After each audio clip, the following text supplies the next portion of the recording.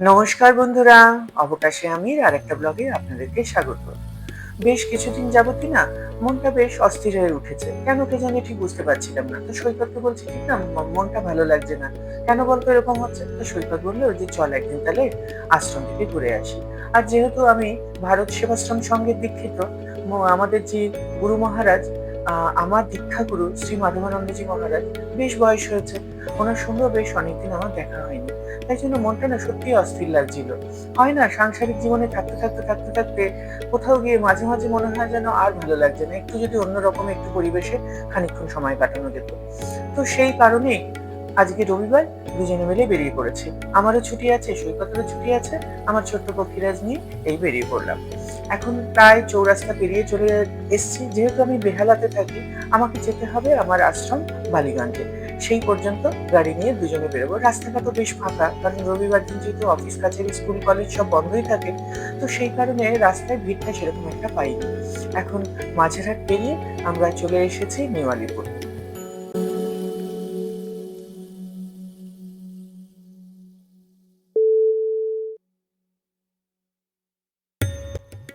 New Alipore bridge পেরিয়ে এখন আমরা যাচ্ছি রাসবিহারীর দিকে। এই যে ডান দিকে দেখছেন কেওড়াতলা মহাশ্মশান। এই মহাশ্মশানটা এত সুন্দর করে সাজানো, ভেতরে ঢুকলে বোঝাই যাবে না যেটা মহাশ্মশান না একটা পার্ক। এখানে আমি বেশ অনেকবারই এসেছি। ঠিক আছে, এর পরের বার যখন আসবো তখন একটা ভিডিও করে আপনাদেরকে দেখাবো।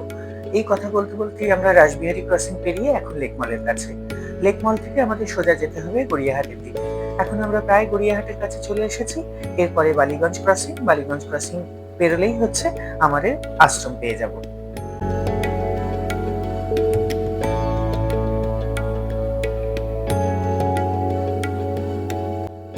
আপনাদের সঙ্গে কথা বলতে বলতে দেখুন চলে এসেছি। এবার গাড়িটাকে পার্কিং করব, পার্কিং করে একটু ফুল মিষ্টি কিনবো, কিনে তারপরে ভেতরে যাবো। কিন্তু তার আগে দেখুন এই বজরংবলী মন্দিরটা কয়েকদিন আগে হনুমান জয়ন্তী গেছে, তাই জন্য খুব সুন্দর করে সাজিয়েছে। এখানেও একটু প্রণাম সেরে নিলাম। আর এটা হচ্ছে আমার আশ্রম। অনেক দিন পরে আসছি। আমি যখন দীক্ষা নিয়েছিলাম একটা ভিডিও বানিয়েছিলাম, আশা করবো সেটা আপনারা দেখেছেন। তার মাঝে বেশ অনেকবারই এসেছি, কিন্তু তাও বেশ ইন বিটুইন অনেক দিন হয়ে গেছে আসিনি। তাই জন্য মনটা বেশ চঞ্চল হয়ে উঠেছিল, উতলা হয়ে উঠেছিল, ঠিক ভালো লাগছিল না। যাই, ভেতরে পুজো শুরু হয়ে গেছে, পুজোটা দিয়ে দেবো। তার আগে আমাদের এই আশ্রমের ভেতরে বজরংবলীর মন্দিরটা আছে, এখানেও একটু প্রণাম সেরে নিলাম। আর ঠিক একতলায় প্রণবানন্দ গুরু মহারাজের মন্দিরটা আছে, সেখানে যাব, সেখানে গিয়ে পুজোটা দেব। আর এই একটা সেমিনার হল দেখুন কত বড়। এখানে নানা রকম মহারাজের যখন উৎসব হয় তখন এখানে হয় এবং প্রচুর ভক্তের সমাগম হয় এখানে। আমিও একবার এসেছি। এই পরিবার যখন কোনো উৎসবে আসবো আপনাদেরকেও দেখাবো। চলুন মন্দিরে চলে যাই।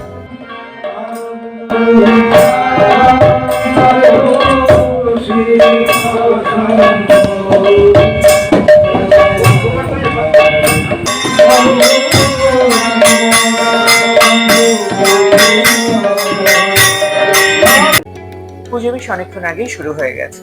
তো আমি এসে আমার ফুল মিষ্টিগুলো দিয়ে দিলাম গুরু মহারাজের হাতে, বললাম একটু উৎসর্গ করে দিতে। ভেবেছিলাম মন্দিরের ভেতরে গিয়েই বসবো, কিন্তু ভেতরে কীর্তনের লোকজন বসেছে এবং কয়েকজন লোক আগে থেকে এসে বসে পড়েছিল। ফলে ঢোকার আর সেরকম একটা জায়গা ছিল না। বাইরেই প্রচুর মানুষজন বসেছিল, সেখানে একটু বসে একটু কীর্তন শুনে নিই, তারপরে ফাঁকা হলে ভেতরে গিয়ে একটু প্রণাম সেরে নেব। এই যে মহারাজ আমাদের, জয় গুরু মহারাজের জয়। এইবার এখানে একটু প্রণাম সেরে তারপরে আমরা আরো ভেতরে যেসব আমাদের বড় গুরু পরম্পরার যে গুরু মহারাজ আছে তাদের দর্শন করবো। এই গুরু মহারাজকে বাড়িতে আমার ছবি আছে, কিন্তু এখানে আসলেই না মনটা খুব শান্ত হয়ে যায়। তাই মাঝে মাঝে আসি, কিন্তু এই যে মধ্যখানে অনেকটা দিন আসতে পারলাম না, কোথাও যেন একটা মনের মধ্যে সেই কেমন যেন একটা অস্থিরতা কাজ করছিল। আজকে অনেকটা শান্তি লাগছে। এই হচ্ছে আমাদের গুরু পরম্পরায় সব গুরু মহারাজদের ছবি। চলুন ভেতরটা আরেকবার দেখিয়ে আসি।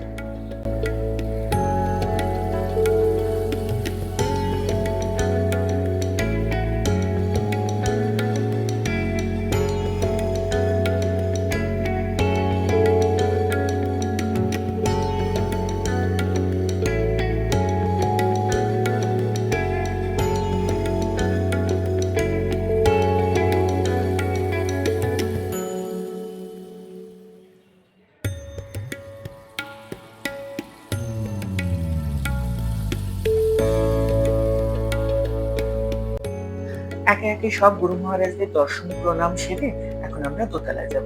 দোতলায় আছে একটা শিবের মন্দির, আর এই শিবের মন্দির সঙ্গেও আছে মাতা শীতলার একটা সুন্দর মূর্তি। চলুন একবার গিয়ে সেটার দর্শন করে নিই, আর তার সঙ্গে একটু প্রণামও সেরে নিই।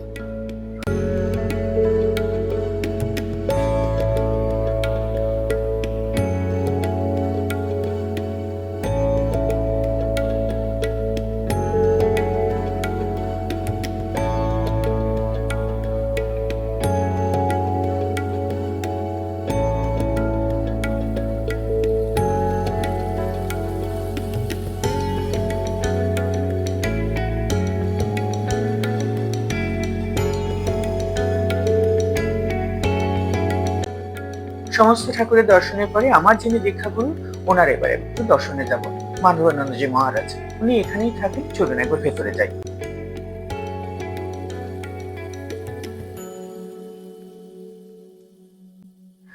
গুরু মহারাজের দর্শন এবং প্রণাম সেরে না মনটা সত্যিই খুব শান্ত হয়ে গেছে। এখন এসছে একটু অফিসে খোঁজ খবর নেওয়ার জন্য।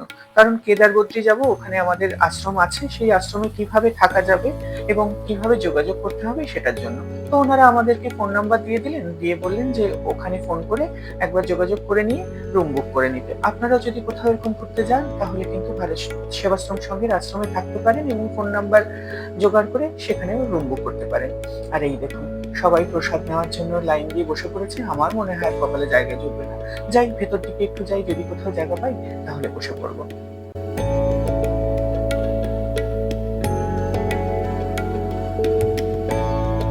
প্রথমে ভেবেছিলাম জায়গাই পাবো না, কিন্তু ভেতরের দিকে এসে দেখলাম প্রবীণদের বসার জন্য না উপরে বেঞ্চ আছে, সেখানে দুটো জায়গা খালি আছে। তো ওনারা বললো যে আপনারা এখানে বসে পড়তে পারেন। তো সেখানে আমরা দুজন বসে পড়লাম, আর এই যে প্রসাদ দেওয়া শুরু হয়ে গেছে। চলুন প্রসাদটা আমরা খেয়ে নিই।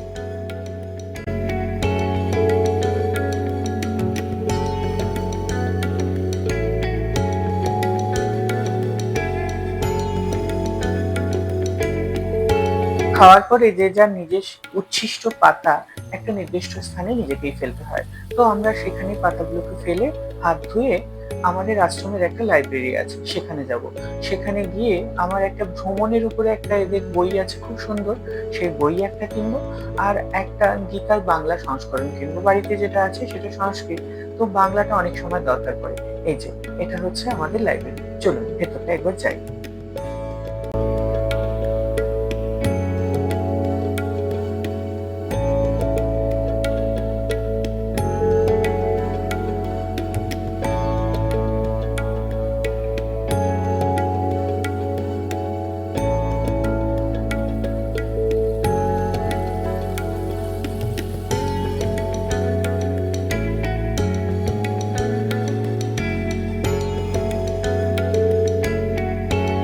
সত্যি আজকে দিনটা খুব ভালো। ওই দুটো বই পেয়ে গেছি। ভ্রমণ বইটাও পেয়েছি আর গীতার বাংলা সংস্করণটাও পেয়েছি। আর তার সঙ্গে একটা গুরু মহারাজের ছবি নিলাম। কারণ আমার মেদিনীপুরে যে বাড়ি আছে সেই বাড়িতে না গুরু মহারাজের কোনো ছবি নেই। তো ওখানে একটা ছবি রাখবো ভেবেছি। আর যেতে যেতেই না মহারাজের এই একটা পাথরের মূর্তি দেখলাম। খুব সুন্দর। মানে মনে হচ্ছিল এক্ষুনি নিয়ে বাড়ি চলে যাই। কিন্তু এত দাম, ১,০০,০০০ টাকার উপরে দাম। সেজন্য আর প্যাকের জন্য নেই বলে মহারাজকে আর বাড়ি নিয়ে যেতে পারলাম না। অগত্যাই ছবি নিয়ে বেরোতে হলো। এবার আমাদের ফেরার পালা। আস্তে আস্তে এবার গাড়িটা পার্কিং থেকে নেব, নিয়ে আমরা ফিরবো।